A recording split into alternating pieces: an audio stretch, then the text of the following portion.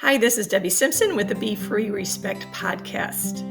This is from the blog post, Brain Rewiring, Bird Songs and Tapping, as read from BeFreeRespect.com. This post was originally shared on December 20th, 2023. Before we begin, I want to remind you that I am not a brain specialist or brain rewiring expert. I am simply sharing my personal journey and my personal understanding as it makes sense to me. Brain rewiring tools. I'm going to share a little about a couple tools in my personal brain retraining toolbox. Before I talk about tapping and bird songs, however, I need to share a morning laugh with you. A morning laugh. I've started this post a couple times. I get sidetracked, however. Let's just blame it on this time of the year, okay? I felt a big tug to write the other morning, but allowed myself to get reeled into some social media stuff. It's easy to do, isn't it?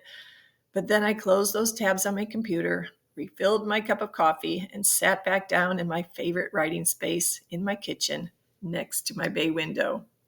And as I looked out the window, I just had to laugh. My plan was to share two things. One, my discovery of tapping, and two, the simple shift I experienced just listening to the sound of birds singing. As I was sipping on my coffee, gazing out my window before starting the click-clack on my keyboard, I just had to laugh. A couple dozen birds were pecking away in my yard. Okay, I said to the universe, I get the message. Yes, I will write this post. And just then a couple more dozen birds flew in, landing in my yard, just to be sure I understood that this is the post I am to write. And I laughed even louder. I get the message. Got it. Loud and clear. It was just too funny. But then I got sidetracked again with this post only partially written. So now, a few days later, let's continue and hopefully finish.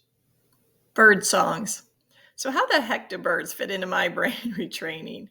Mood. It's as simple as that. A simple shift in mood. That's it. I find the sound of birds singing to be so peaceful, so joyful.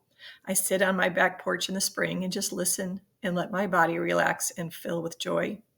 I enjoy a summer evening walk listening to their sounds as they bring in the close of another day. And in the winter, or on any day when the birds are quiet, I simply tell Alexa, play bird sounds. I incorporate bird songs into visualizations, waking in the morning to bird songs out my window, sitting by my tent during a camping trip, drinking coffee, watching a red cardinal as it hops along the ground, gathering its breakfast, while I'm listening to the joyous bird songs. When it comes to visualizations, there are no limits. And to enhance these visualizations, I often reach out to Alexa and simply say, play bird sounds. It works, for me anyway. I use this tool often. Just listening to the sounds of birds is effective in transitioning me into a state of peace. Sometimes it just means taking the edge off of an unwanted emotion. I know that sounds simplistic, but shifting mood to a more peaceful one can be that easy. The peace and joy this simple tool brings me can be pretty dang powerful at times, and it is helping me to change the notion that change takes hard work. What sounds might work for you? Maybe ocean waves, a waterfall, rain? Tapping. First, please remember, this is my journey I am sharing. Just because something works for me doesn't mean it is something that you will find beneficial at this point in your journey. Always, always, always respect individual differences. This may be great for you now, or it might be something that will resurface in your life at a later time. As you'll see below, this is what happened for me. I was introduced to tapping, also called EFT, long before I started making it a part of my daily routine. Stay grounded in your program. When starting any brain retraining program, let me emphasize what your instructions probably include. To keep your retraining focus to that program. Our brains want to take us here and there. What about this? What about that? Maybe we should include some meditation. Oh, what about that vagus nerve thing? What is somatics? Should I be tapping? It's like talking about a new product and all of a sudden you see it advertised every time you get on the internet. Once starting this journey and becoming involved in related social media groups, coaching sessions, etc., more and more information will start surfacing and you'll wonder, Should I try that? Don't let it take you down side roads you aren't ready for. Keep your focus and your training on your program when you start. I simply tell my brain, shh, and I let my gut and coaching lead me. When I branch out, I know if something suits me or not, and I know to keep changes small and focused. Back to tapping. I heard of tapping last year or so. Tapping, or EFT, which stands for Emotional Freedom Technique. It was interesting. I watched some YouTube videos. I felt it made sense, but I wasn't ready to move beyond my training. So I put tapping aside and continued with the routine and the tools I had been using. But this fall, a year and a half into my brain retraining journey, I discovered a video that resonated for me personally, and it's been lovely. I haven't missed a day of tapping since, but even with this addition, I am keeping changes small and within my personal limits.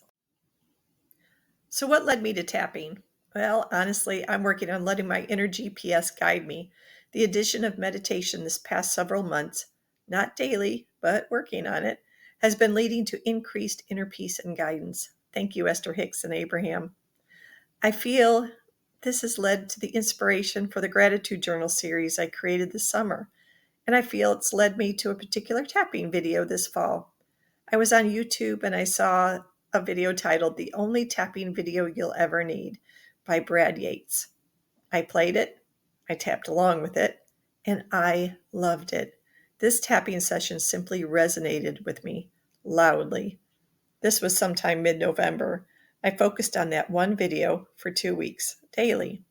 It was so easy to just turn that video on each day and tap for 8 to 10 minutes. I looked forward to it. It's been approximately a month, give or take, and I haven't missed a day of tapping since, although I do now add in another video of his here and there. Keeping my focus. So Brad has hundreds of videos on his channel, but I know me and I know how important it is for me to keep within my training zone. While I've enjoyed each of the tapping sessions I've tried so far, I'm keeping my circle small. I currently have 3 of his videos in my playlist, and I tap each day using one of those 3, or sometimes another random video of his that I might find. I might tap first thing in the morning, maybe midday at the park between a visit to the gym and the store, or in the evening. I simply look forward to those sessions that always result in increased inner peace. I soon found I was smiling more. I feel lighter. I feel I'm more pleasant to be around again. I'll be honest, I was going through a something during that time I first discovered that tapping video last month. I know I wasn't fun to live with. I knew this, but knowing something and changing it are 2 different things. I like when I like myself, and I currently like myself again. Thank you, Brad. Thank you for listening. I hope you enjoyed the reading of this blog post as read from BeFreeRespect.com. Check out the website for other blog posts. And start a Joy and Gratitude journal. Practice focus on the brighter moments of the day.